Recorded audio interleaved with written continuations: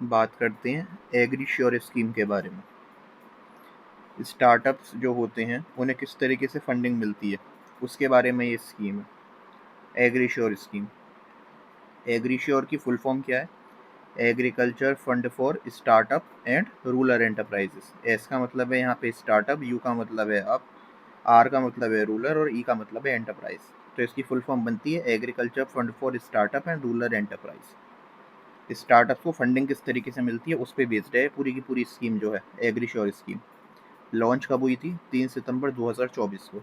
कौन सी मिनिस्ट्री के तहत? Ministry of agriculture and farmer welfare. अब लॉन्च तो ये मिनिस्ट्री ऑफ एग्रीकल्चर की तरफ से हुई है, लेकिन इसको प्रॉपर्ली इम्प्लीमेंट करने के रिलेटेड एजेंसी कौन सी है जो इम्प्लीमेंटेशन का काम करेगी? तो इम्प्लीमेंटिंग एजेंसी है नाबार्ड। और जो इस स्कीम के तहत जो फंड मैनेजमेंट का काम है वो नाबार्ड की एक सब्सिडरी कंपनी करती है जिसका नाम है नबवेंचर लिमिटेड। ये जो नबवेंचर लिमिटेड है ये नाबार्ड की एक सब्सिडरी कंपनी है जो नाबार्ड के फंड मैनेजमेंट का काम करती है। तो इस स्कीम के तहत भी जो भी फंड मैनेजमेंट है वो नैब वेंचर लिमिटेड जो है ये कंपनी करती है। ठीक है, अब ये फंड टाइप क्या है? जो एग्रीश्योर स्कीम है इसका फंड टाइप क्या है? तो सेबी के तहत इसको रजिस्टर किया गया है एग्रीश्योर को। सेबी की फुल फॉर्म क्या होती है? Security and exchange board of India. SEBI के तहत इसको रजिस्टर किया गया है। कैटेगरी 2 के एआईएफ में ही आती है। एआईएफ क्या होता है? Alternative investment fund. एक ऐसा फंड जिसमें बड़े इन्वेस्टर अपना पैसा निवेश करते हैं और फिर इस पैसे को उठा करके जो हाई नेट वर्थ वाले इंडिविजुअल होते हैं, बड़ी बड़ी कंपनियां होती हैं, इंस्टीट्यूशन होते हैं, वहाँ पे ये पैसे को लगाया जाता है और जो भी प्रॉफिट आता है वो इन इन्वेस्टर्स को दिया जाता है। इसे हम बोलते हैं अल्टरनेटिव इन्वेस्टमेंट फंड। अब ये जो अल्टरनेटिव इन्वेस्टमेंट फंड है इसे सेबी ने 3 कैटेगरी में डिवाइड किया है। पहले है कैटेगरी 1 का एआईएफ, एक है कैटेगरी 2 का एआईएफ और एक है कैटेगरी 3 का एआईएफ। जो कैटेगरी 1 का एआईएफ है वहाँ पे इन्वेस्टमेंट उन चीज़ों में करा जाता है जो देश के डेवलपमेंट के रिलेटेड एस्पेक्ट होते हैं, जैसे कि अलग अलग स्टार्टअप वगैरह हो गए। जो कैटेगरी 2 एआईएफ है ये सबसे कॉमन कैटेगरी है और इसमें आता है रेगुलर प्राइवेट फंड, यानी कि जो प्राइवेट कंपनियां हैं, इंडिविजुअल बिजनेसेस हैं, जैसे मैंने अपना कोई बिजनेस वगैरह खोल रखा है तो ऐसी चीज़ों में निवेश किया जाता है। कैटेगरी 3 एआईएफ जो है इसमें जो हाई रिस्क और हाई रिटर्न वाली चीज़ें होती हैं उनमें पैसा निवेश किया जाता है, जैसे कि ट्रेडिंग हो गया। अब टोटल ये जो स्कीम है एग्रीश्योर इसका बजट कितना है? 750 करोड़। लेकिन ये 750 करोड़ केवल गवर्नमेंट नहीं देगी, ये कहाँ कहाँ से आएगा? 3 सोर्सेज से पैसा आएगा।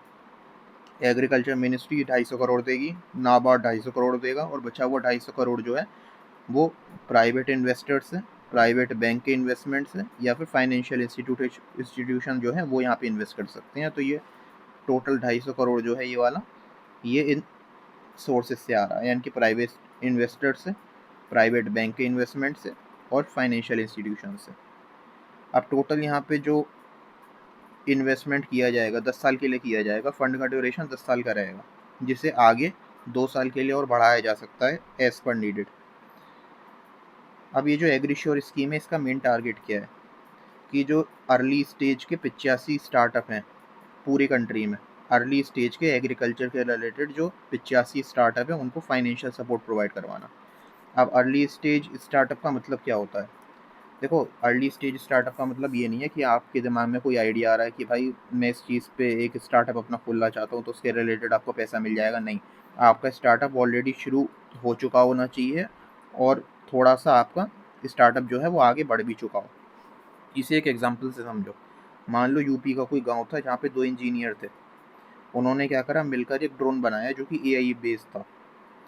अब इस ड्रोन के रिलेटेड उन्होंने अपनी ये कंपनी बना ली, XYZ ड्रोन करके।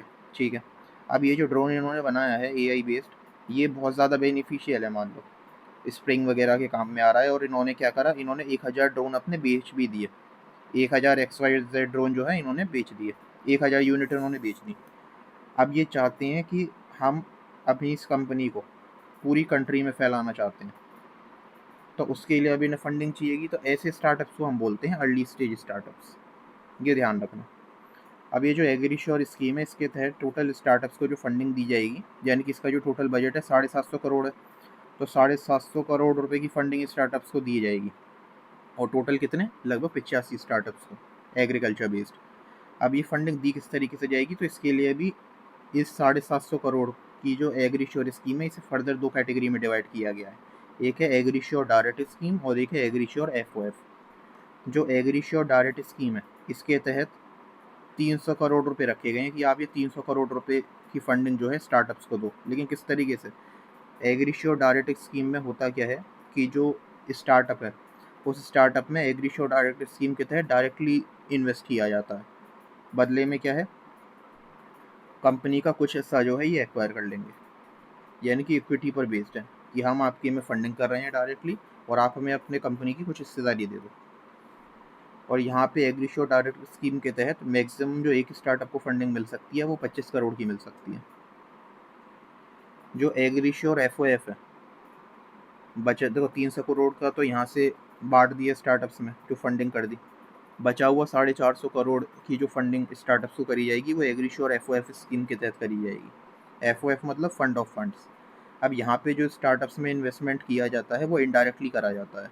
पैसा डायरेक्टली स्टार्टअप में यहाँ पे नहीं दिया जा रहा है। एग्रीश्योर एफओएफ के तहत होता क्या है कि कोई बड़ी कंपनी, किसी बड़ी कंपनी में यहाँ से पैसा इन्वेस्ट होगा, और कितना इन्वेस्ट होगा, या तो 25 करोड़ रुपए मैक्स टू मैक्स, या फिर जो वो बड़ी कंपनी है उसके टोटल बजट का 5% जो भी कम हो।